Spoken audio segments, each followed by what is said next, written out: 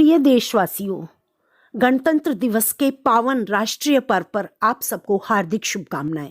गणतंत्र दिवस स्पीच के माध्यम से आपको गणतंत्र दिवस के बारे में सभी महत्वपूर्ण जानकारियां देने का प्रयास करती हूं। 200 वर्ष तक हमारा देश अंग्रेजों के अधीन होने के बाद 15 अगस्त 1947 को आज़ाद हुआ था।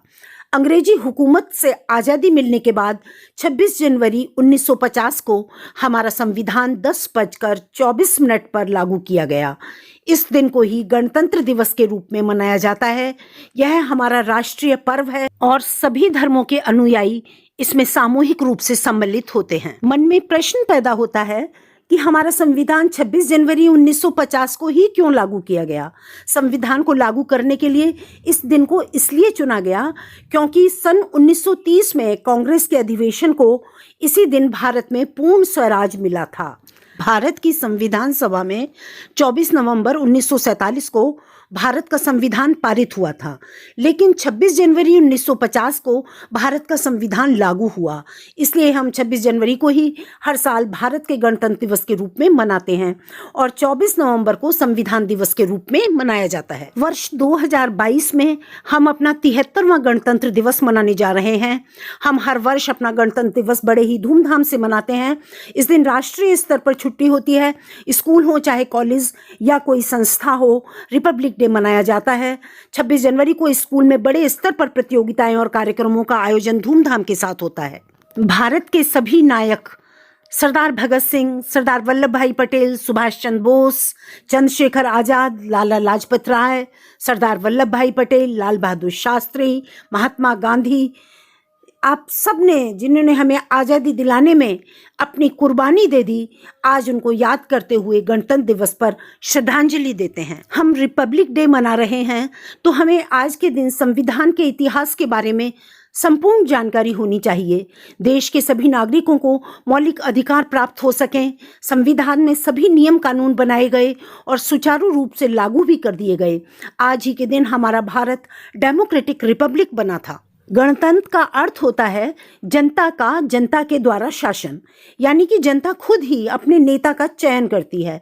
भारत का संविधान हमें अपने प्रधानमंत्री, विधायक, सांसद, निगम पार्षद आदि को चुनने की स्वतंत्रता प्रदान करता है। जिन स्वतंत्रता सेनानियों ने हमें अपना स्वराज वापस दिलाया, आज उन्हीं की बदौलत से हम आज़ाद हैं। हम पर कोई भी जबरन काम करने के लिए दबाव नहीं डाल सकते। हमारे संविधान को बनने में आज़ादी के बाद 2 वर्ष 11 महीने और 18 दिन का समय लगा था। डॉक्टर भीमराव अंबेडकर के नेतृत्व में संविधान बनाया गया। हमारा संविधान 2 भाषाओं में लिखा गया है, अंग्रेजी और हिंदी, जिसे प्रेम बिहारी नारायण रायजादा के द्वारा लिखा गया था।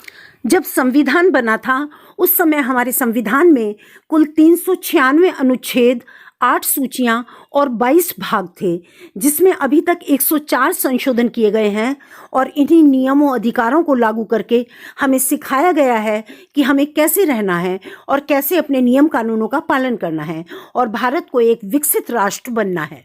भारत देश के संविधान को डॉक्टर भीमराव अंबेडकर के नेतृत्व में रहकर 284 सदस्यीय टीम ने तैयार किया, जिसमें 15 महिला सदस्य भी थीं।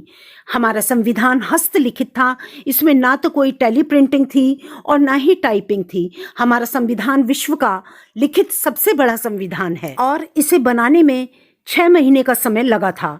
हमारे देश में संविधान ही एकमात्र ऐसा है जो सभी धर्म जाति के लोगों को जोड़ के रखता है। इस दिन वीरों को राष्ट्रपति द्वारा अशोक चक्र, परमवीर चक्र से सम्मानित किया जाता है। इस दिन प्रधानमंत्री जी के द्वारा लाल किले पर ध्वजारोहण किया जाता है और साथ में राष्ट्रगान गाया जाता है। शहीद सैनिकों को 21 तोपों की सलामी दी जाती है। हमारी तीनों सेना, जल, थल, वायु सेना अपने कौशल दिखाती हैं और परेड में भाग लेती हैं।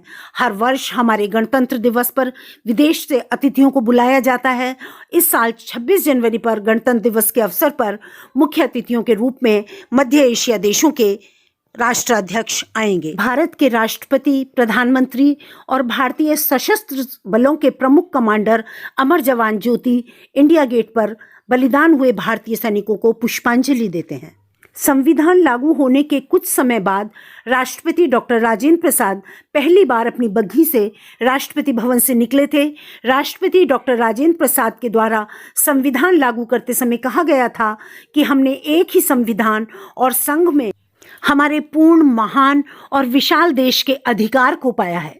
अब संविधान की रक्षा करना, उसके नियमों का पालन करना देश के नागरिकों के हाथ में है। आइए इस राष्ट्रीय ध्वज के समक्ष हम और आप सब मिलकर सुनिश्चित करें कि हम संवैधानिक रूप से आगे बढ़ते हुए देश के विकास में अपनी भागीदारी सुनिश्चित करेंगे। जय हिंद।